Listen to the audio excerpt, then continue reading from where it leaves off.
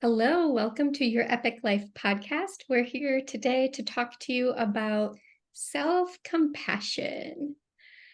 Oh, this is such an Big important, sigh on that one. Sorry. yeah, no, for real.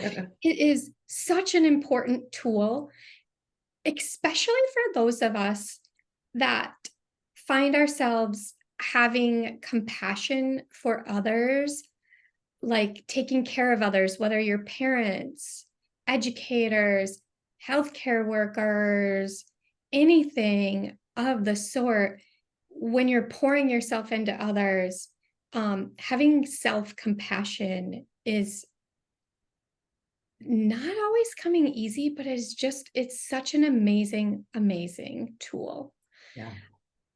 In fact, there are some people saying now that it likely is a greater tool than self-esteem. Mhm. Because self-esteem is like, hey, we feel good about ourselves. And self-compassion is like, hey, we're kind to ourselves even when the going gets tough. Yeah, that's what I was just going to say. If you actually think about self-esteem, it's awesome, right? It's important. It's important to feel good about yourself. And does that allow for space for when you mess up, when things don't go perfectly, when you have a less than ideal moment? And a lot of times it doesn't. Like that's, you know, Yeah. we are human. We are all human in this game of life with big feelings, emotions, not always saying the perfect thing, doing the perfect thing, getting the perfect grade wherever you are in your life. And self esteem often has tied into it accomplishment and Yeah. not just humanity. So self compassion is a It big one for me. Like it was a huge area of um, evolution in my life to accept that I actually didn't have to always be getting it right. Like I give it to everyone else. I understand that, life happens, but not to me. I'm yeah. the one who's always going to do all the things and get it done perfectly and show up on time and be there for everybody. And it led to burnout. And it's really a practice in appreciating and being kind and accepting all the parts of yourself. Yeah. And this really can come into like knowing that part of being human is part of like, there's always duality. So loving and appreciating and being kind to the part of yourself that um, maybe put in the hard work, got this degree or got this job, the professional part of you, and the part of you that can like do these amazing tasks that make a difference in the world, and the part of you that breaks down and cries because you don't have an ingredient to make a meal and it feels like the end of the world. Like, what am I going to do to feed my family? How am I going to move Yeah. forward to here? Yeah. Or from can you here? love yourself when you're like, I had a really long to-do list of things I was going to get done today, and somehow I played solitaire for 2 hours. Can you still love yourself when you don't Yeah. accomplish your to-do list and your, you Yes. know, And to me, like I have learned, and this is easier said than done, but um, the problem the part that makes me feel stuck is not the part that like, oh crap, I zoned out and was on my phone for 2 hours. mhm, That part isn't the part that makes me stuck. It's the mind games after where I'm mhm, like, oh my gosh, what is wrong with me? Why can't I just get up and do the thing? Where when I'm right. like, oh, I must have needed a break. Okay, maybe my capacity today isn't as big as I thought it was. What is the priority? What is the most important thing that Mhm. needs to get done? Do I have capacity for that, or does that need to shift a little too? Or like just to use it as data and be kind to yourself versus and that really goes, it's like we just have such a hustle society of our worth is tied up in our productivity and all of that. That is just so not true.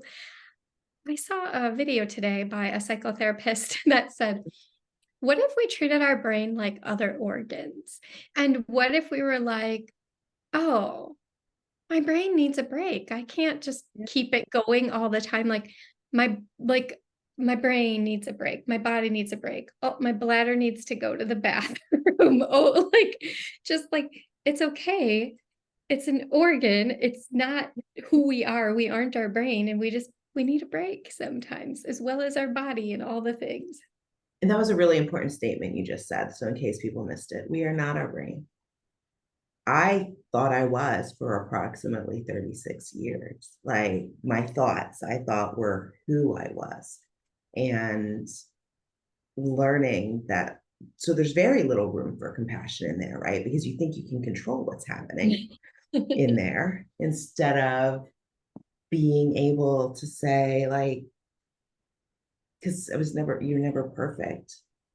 So recognizing like that thought that just went through my head that may not have been the kindest to myself doesn't have to be any more true than any other potential judgment that would go through, that I just get to be like, oh, isn't that an interesting thought? But I wouldn't necessarily go expressing it to somebody, right? I would check myself and be like, that's not what I want to say or what I want them to think that I believe or that I even really believe.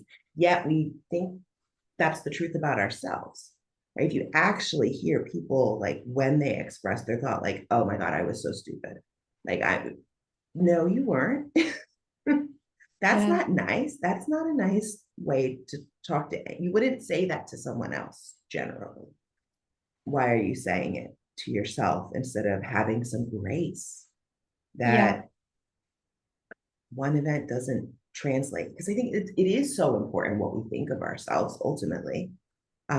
If we are believing those Our thoughts stories, become that our are the beliefs. thoughts, Yeah. they become our beliefs, and then our actions follow suit. And then it's, that's why we have this podcast, Yeah. Yeah. because it goes into absolutely everything. And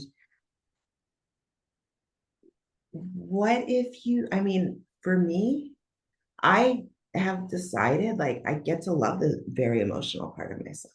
The part of myself that rants. Because if I don't, it's really hard to love the other parts of me as well. And quite honestly, she's kind of fun. Passionate. Might not be Yeah. fun to be around, Yeah. but like, I don't know, it's all good. Yeah. Yeah. And to know, like, hey, we all have inner critics. And that's what I love about self-compassion is sometimes mindfulness practices like self-compassion are so funny to me because it's like, oh, it's really that simple, right? Like literally, if we just practice speaking to ourselves in a kinder way, and we have to practice, it's not like we can't just depend on like, oh, I'm just going to do that, but like to take a moment and to just practice speaking to yourself like you would speak to a good friend, like you Mhm. would speak to someone else.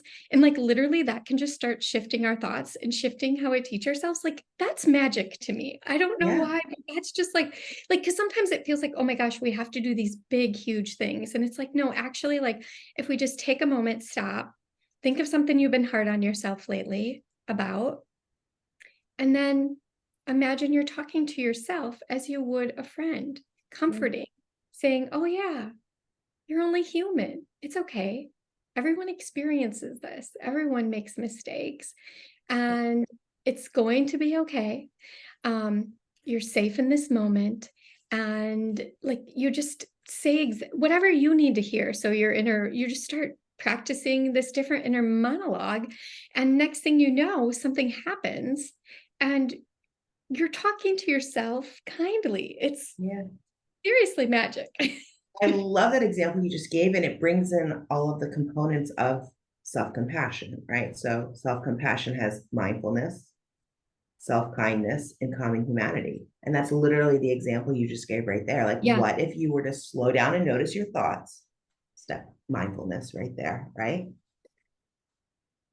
Recognize that everyone suffers, everyone has a hard time, everyone is not perfect.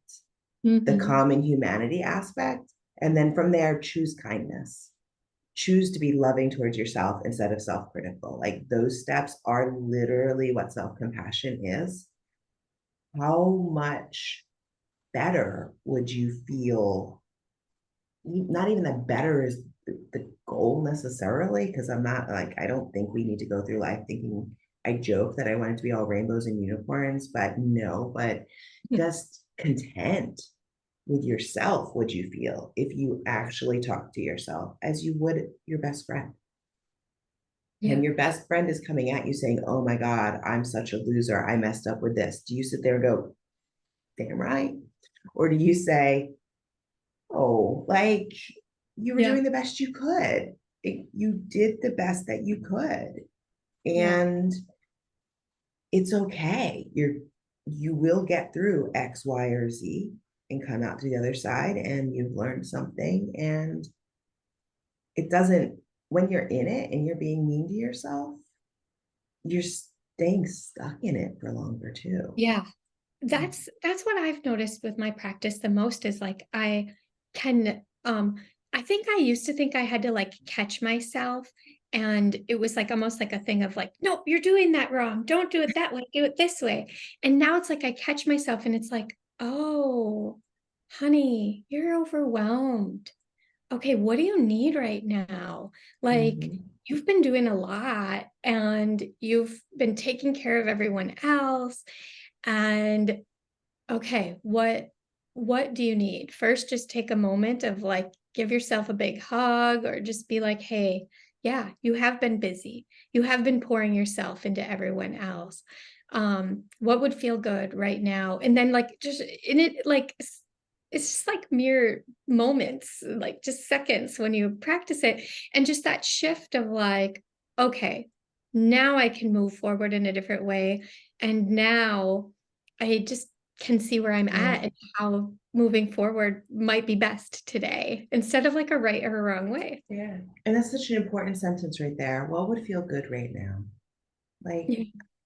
that's not saying how can I fix all the like no, No. right Yeah. now, what would feel good? And when you're willing to ask yourself that question and answer it, you're also acknowledging that you're worth it in that moment to feel good. Like it is, you're worth taking the time and the energy to do what would feel good. And it doesn't have to be some grand thing. Like what would feel good might be taking a deep breath, Yeah. taking a walk, And hiding so in the bathtub. I don't I know. Like, yeah. And sometimes it's like, oh, I need a break. Maybe I feel good to watch a show instead of trying to get more of these chores done. And doing that with like then I'm not beating myself up about it. I'm like, oh yeah, this is what I need right now, or something. Yeah. Or maybe yeah. I do need a little mindfulness practice, or maybe I just need to get outside. I maybe need just some nature. So yes. Yeah, yeah. It's just a really powerful tool. Um, so Kristen Neff is kind of one of the main researchers on self-compassion. The other cool piece is she talks about two types of self-compassion. And I really love this because I always think of this as like if you had a good friend in your pocket and they were like talking to you, as they would, not only would they be gentle and nurturing, gentle and nurturing, and like, hey, it's okay, give yourself grace, but also that fierce self compassion is if you're angry about something that you should be angry about, they're going to be like, yeah, Yeah. yeah, that's not right. And if you're, beating yourself up or you're like not moving forward with something that you really want to do, they're going to be like, they're going to give you a kick in the pants and be like, girl, you deserve this, do this. Like, Yeah. so it's like having that friend in your pocket for those, gentle self-compassion times and that fierce self-compassion time, Right. which, yeah, You go get to be your ahead. own ride or die, right? Yes. Yeah. Like Yeah. Yeah. And your anger is allowed here. That's right. yes. And I really like that balancing of both of them. So yeah, just practice teaching yourself as you would a good friend. Anything else before our action step? I think we covered that, and it is such an life-altering practice when you actually decide that you get to be your own BFF and be kind to yourself and have self-compassion. Um, I'm excited to hear the feedback of people that are willing to try our actions and Yeah, and give it a I'm always whirl. yeah, yeah, to try it out and to hear what you say, and thank you for letting us talk about it because I'm Yeah. grateful that every time I talk about it, I'm reminded about it again and again, and I'm like, "Oh, yeah, I'm excited about that again. I need to Well, remember." that's the secret for me, for all Yes. of our podcast Yes, topics. exactly. Like, oh, right, I get to check back in Yeah. because we, common humanity, we are not sitting here at the top of the mountain telling you that we don't get to remember this stuff ourselves. And it's And always, it's yeah, it's we're not doing anything wrong, it's the default way our brains work. So, yeah, it just these practices help shift some of the default ways our brains work. yeah. And we get to recognize that it's, you know, for me, the reason why I'm so excited that we do this podcast and I've been doing this work for a decade is that for many years, I never even questioned it, like the way that I was viewing the world and that these were options and that I didn't have to be hard on myself. And, being able to take that curiosity and say, oh, maybe I do get to learn here. Yeah. Teach an old dog new tricks or change the way, the bigger picture. I mean, I don't want to pretend like ultimately I want to change the world. Yeah. The way we treat each other and allow for these changes to integrate into, we were talking about that before this recording, like not just your own home, but ultimately the society, the way work is done, the way jobs are done, the way, for teachers, schools are run. We get to start with us. Yeah. Yeah, absolutely. Yeah. And our action step for you is to just practice some self-compassion, a link of practice if you rather be supported and guided and just listen to one. Otherwise, it's just that process of thinking something that you are being hard on yourself for, reminding yourself you're not alone. If someone has felt this before, and then just practicing talking to yourself as if you would a good friend. So enjoy practicing your self-compassion. Have an epic week.